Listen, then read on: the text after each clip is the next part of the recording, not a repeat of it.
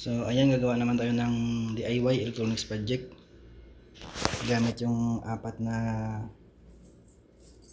12 volts na bulb po. So ayan, gagaya sa video natin. Pag mag signal tayo ng right, ayan, gagana po yung dalawang light indicator natin sa right side, nagpa-flash po.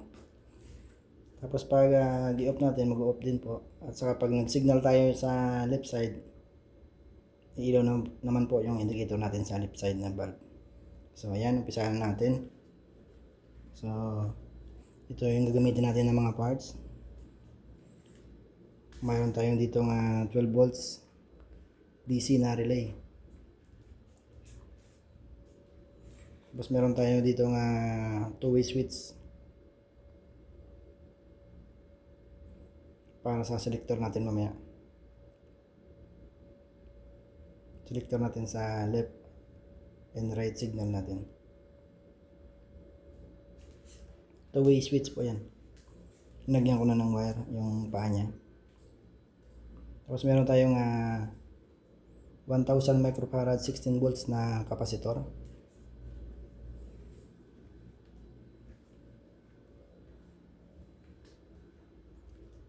Ayan.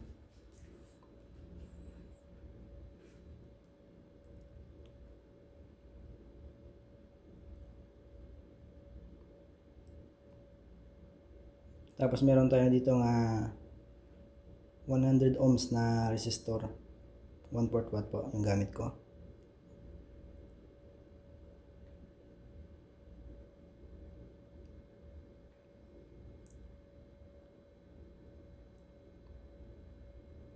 Tapos meron tayo dito IN4007 na diode.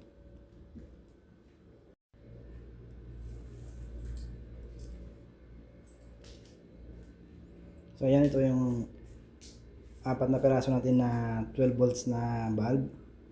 Yung may jumper wire po na kulay black, yan po yung ginawa ko na negative side.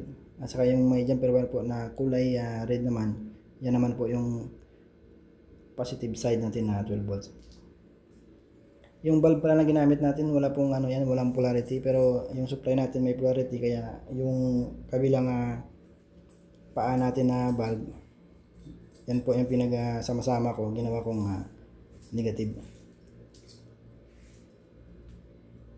So ayan, umpisahan natin.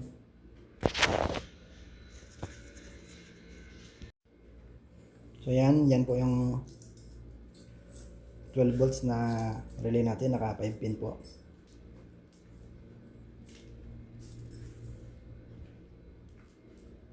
Tapos yung kasunod natin ikabit dito, ito yung 16 volts na 1000 microfarad na kapasitor. Yung connection niyan, yung negative side ng kapasitor natin nakakonect sa coil number 1. Tapos yung positive side naman ng kapasitor natin, nakakonect naman yan sa common contact ng relay at saka sa coil number 2 natin. So ayan, nakonect na. Tapos yung kasunod natin, ito yung IN4007 na diode. Nung connection natin dito, yung anode side niya nakakonect sa coil number 1 at saka sa negative side ng kapasitor natin. So lagyan ko muna ng soldering lead yung paa ng diode natin. So ayan, na-connect na natin.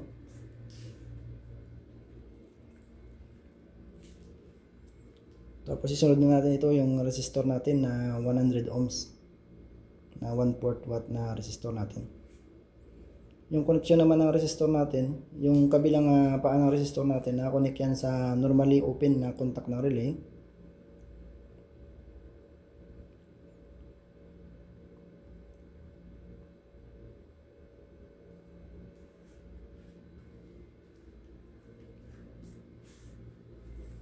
So yan, ganun din, lagyan din natin ng soldering lead yung paa ng resistor natin. So yan, i-connect na natin sa yung paa ng isang resistor na connect sa normally open na contact ng relay. Tapos yung kabilang paa ng resistor natin na connect yan sa cathode side ng diode natin. Yung cathode side po, yung may band po na kulay puti, yan po yung cathode ng diode.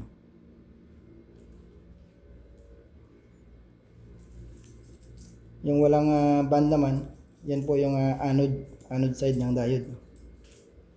So yan, i-connect natin sa cathode sa may band na puti, yung resistor natin. So yan, na-connect na, i-cut lang natin yung isang paa.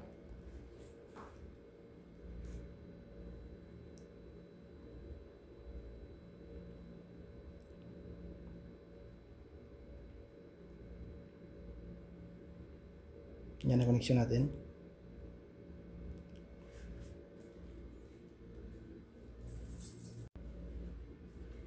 Tapos yung kasunod natin ikabit, ito yung two-way switch natin. Ayan. I-connect natin dito yung sa gitna na ng paa ng two-way switch natin sa normally open na contact ng relay at saka sa resistor natin na 100 ohms na resistor. So yan, nakakonect na yung gitnang paa ng two-way natin.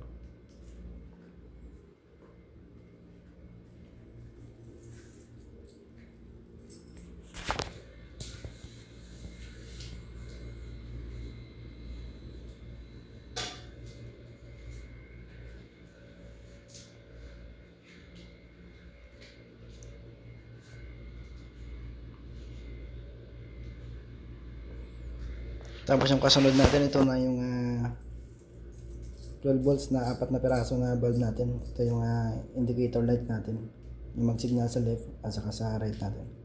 Yan po yung connection niya ulit. Yung kulay itim, yan po yung negative side natin. At saka yung kulay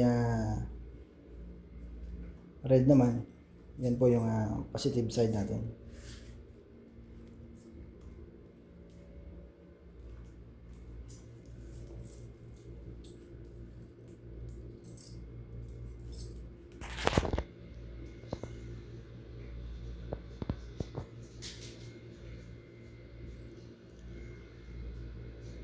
So ayan, i-connect na natin.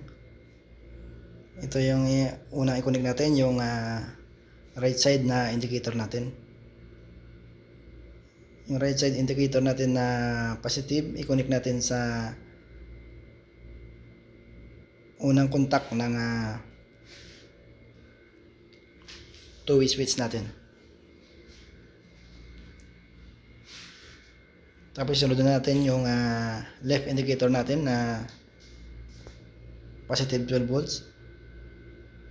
I-connect naman natin sa natirang contact ng two-way switch natin.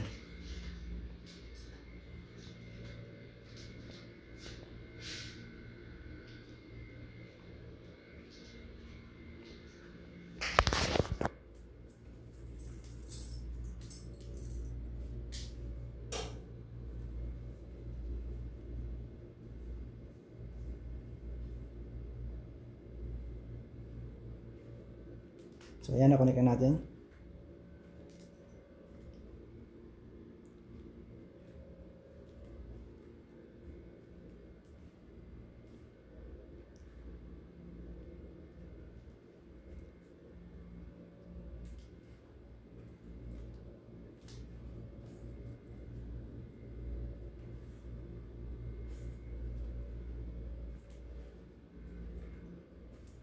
So i-align ko lang yung yung mga wire natin.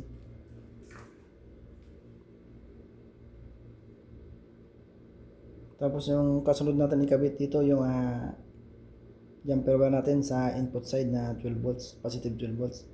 Yung input side natin na connect yan sa coil number 2 at saka sa common contact ng relay at saka sa positive side ng capacitor natin.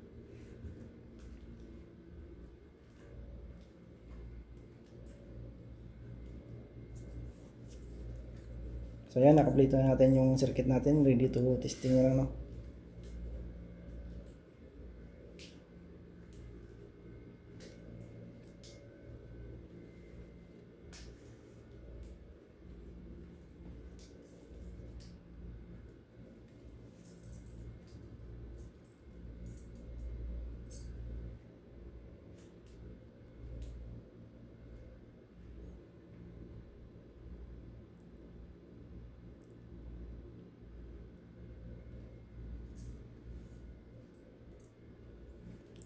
Tapos ito yung gagamitin natin na input voltage natin. I-check natin yung input voltage natin. So yan, nakaselect na yung digital tester natin sa DC. Yan, i-connect na natin yung positive at saka negative na input natin. So yan, ito yung input voltage natin, 12 volts DC. Yan. Yan yung gagamitin natin na supply sa ating DIY na signal light placer. So yan, i-connect na natin yung supply natin. Connect na natin yung positive sa positive input at saka yung negative sa negative input naman na 12 volts natin. So yan, try natin yung testing. Kaya tayo mag-signal ng right. Ayan, umilaw yung bulb indicator natin na dalawa sa right side. So yan. Tapos out natin. At saka mag-signal naman tayo ng left. Ayan, umiilaw po yung bulb indicator natin na dalawa sa left side. Yan, try natin i-off. Yan. Naka-off po yung mga bulb natin. Try natin mag-signal ng right ulit. Yan. Umiilaw po yung dalawang indicator natin na bulb sa right side po. Saka try natin i-off. Yan, mag-off po yung ilaw natin.